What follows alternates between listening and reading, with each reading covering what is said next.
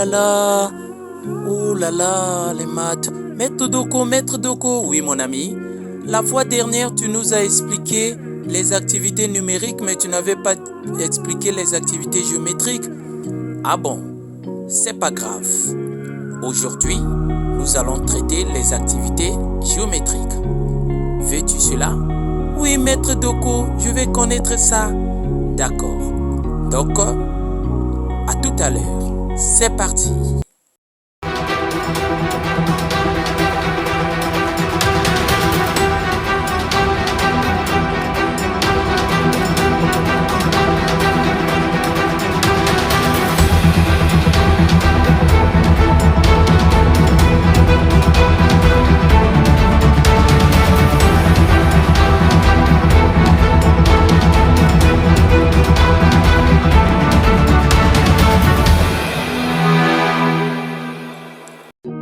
Alors, dans le premier exercice, on vous demande de répondre par vrai ou faux. Cosinus de pi demi est égal à 1. Vrai ou faux? L'angle pi demi correspond à l'angle de 90 degrés. Sur le cercle trigonométrique, son cosinus est égal à l'abscisse du point. Or, à 90 degrés, le point est 0 et 1. L'abscisse est nulle. La valeur exacte est cosinus de pi demi est égal à 0. Donc ici, l'égalité est fausse.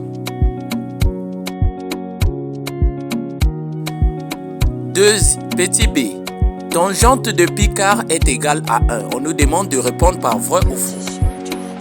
L'angle pi quart correspond à 45 degrés.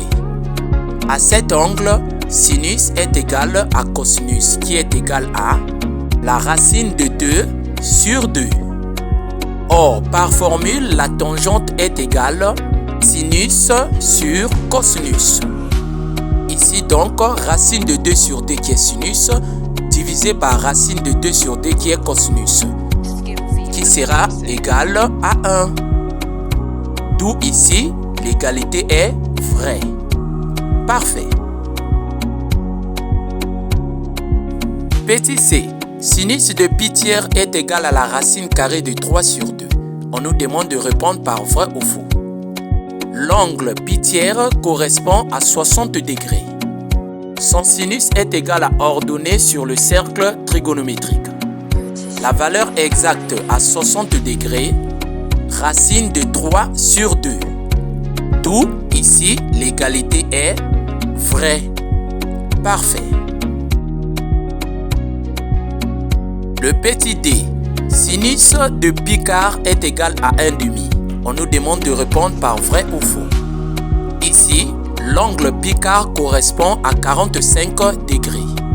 La valeur de son sinus est racine de 2 sur 2. Alors que la valeur 1/2 correspond au sinus de pi sixième. D'où ici, l'égalité est fausse.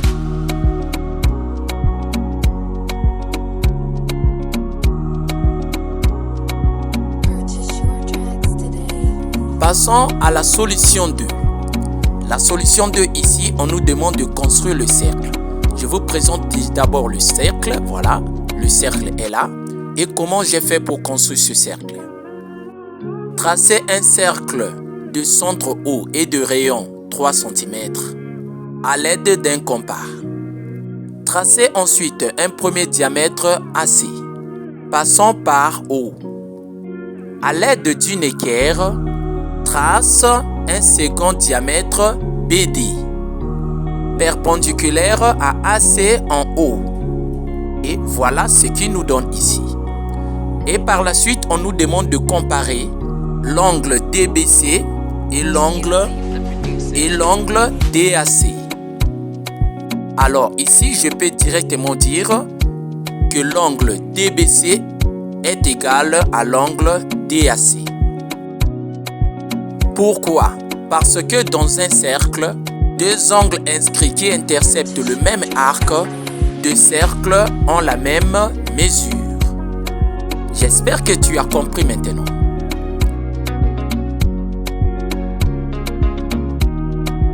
Passons à la solution 3. Ici, on nous demande de construire le triangle équilatéral. Voilà, je vous présente ce triangle. Voilà le triangle là. Comment j'ai fait pour construire cela? Dessine un segment NE de 5 cm.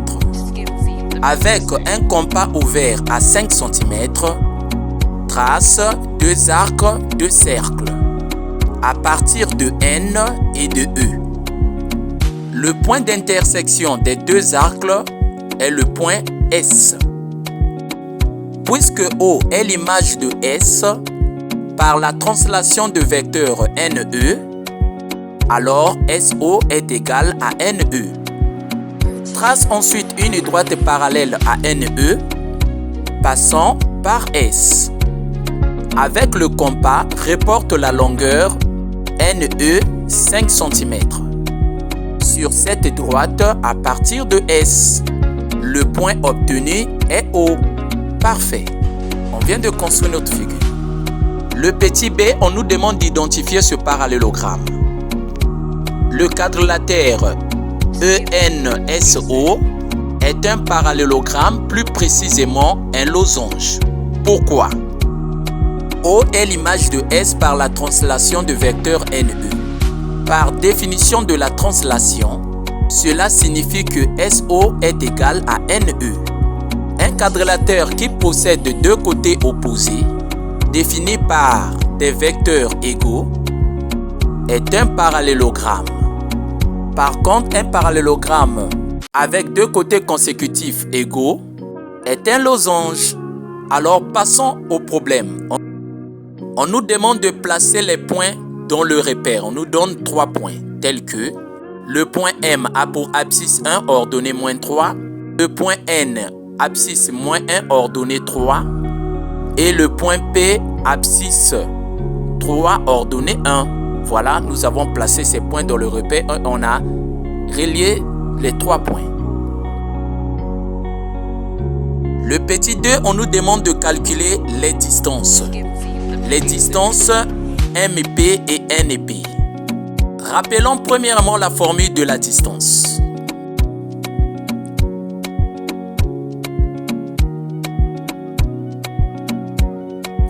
On sait que distance de AB est égale à la racine carrée de XB moins XA au carré plus YB moins YA au carré. Mais ici, nous allons calculer la distance MP.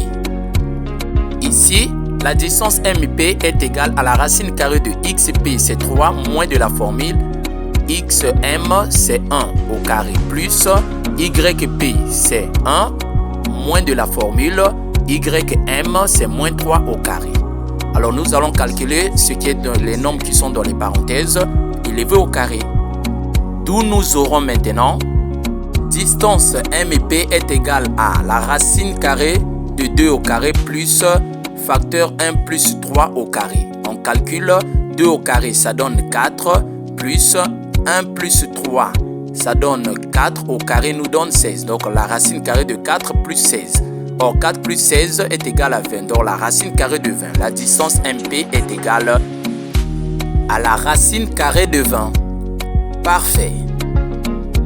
Calculons ensuite la distance NP. Rappelons toujours la formule. Distance de AB est égale à la racine carrée de XB moins XA au carré plus YB moins YA au carré. Voilà. Mais ici, nous allons calculer NP. Donc, distance de NP est égale à la racine carrée de XP, c'est 3, moins de la formule YN, c'est moins 1 au carré, plus YP, c'est 1, moins de la formule YN, c'est 3 au carré. Nous allons calculer les nombres qui sont dans les parenthèses élevés au carré. Ici, première parenthèse, on a 3 plus 1 au carré, plus deuxième parenthèse, nous avons moins 2 au carré. On calcule les nombres qui sont dans les parenthèses élevés au carré, nous aurons racine carrée de 16 plus 4. Or, 16 plus 4 est égal à la racine de 20. Donc ici, la distance NP est égale à la racine de 20. Par la suite, on nous demande de démontrer que le vecteur NP est M et P sont orthogonaux. Deux vecteurs sont orthogonaux si leur produit scalaire est nul, tel qu'ici x fois x' plus y fois y' est égal à 0. X de MP c'est 2 multiplié par x de NP c'est 4 plus y de MP c'est 4 multiplié par y de NP c'est moins 2. Voilà. Après la multiplication, nous allons trouver 8 moins 8 qui est égal à 0. Donc par conclusion, nous allons dire le vecteur MP et le vecteur NP sont orthogonaux. Le dernier travail à faire, on nous demande d'identifier le triangle. Nous allons dire que le triangle MNP est rectangle isocèle en P. Parce que le triangle possède deux côtés de même longueur, il est isocèle en P. Et le triangle possède un angle droit en P, il est rectangle en P. Donc par conclusion, nous allons dire le triangle MNP est rectangle isocèle en P. Merci beaucoup. J'espère que tu as tout compris maintenant. Si cette vidéo vous a intéressé, n'oubliez pas de vous abonner sur notre chaîne TikTok et notre chaîne YouTube, de nous laisser un j'aime ou un commentaire. Quant à moi, je vous dis merci beaucoup et à la prochaine. Merci Maître Doko, j'ai compris la géométrie du BPC. Je l'ai Doko.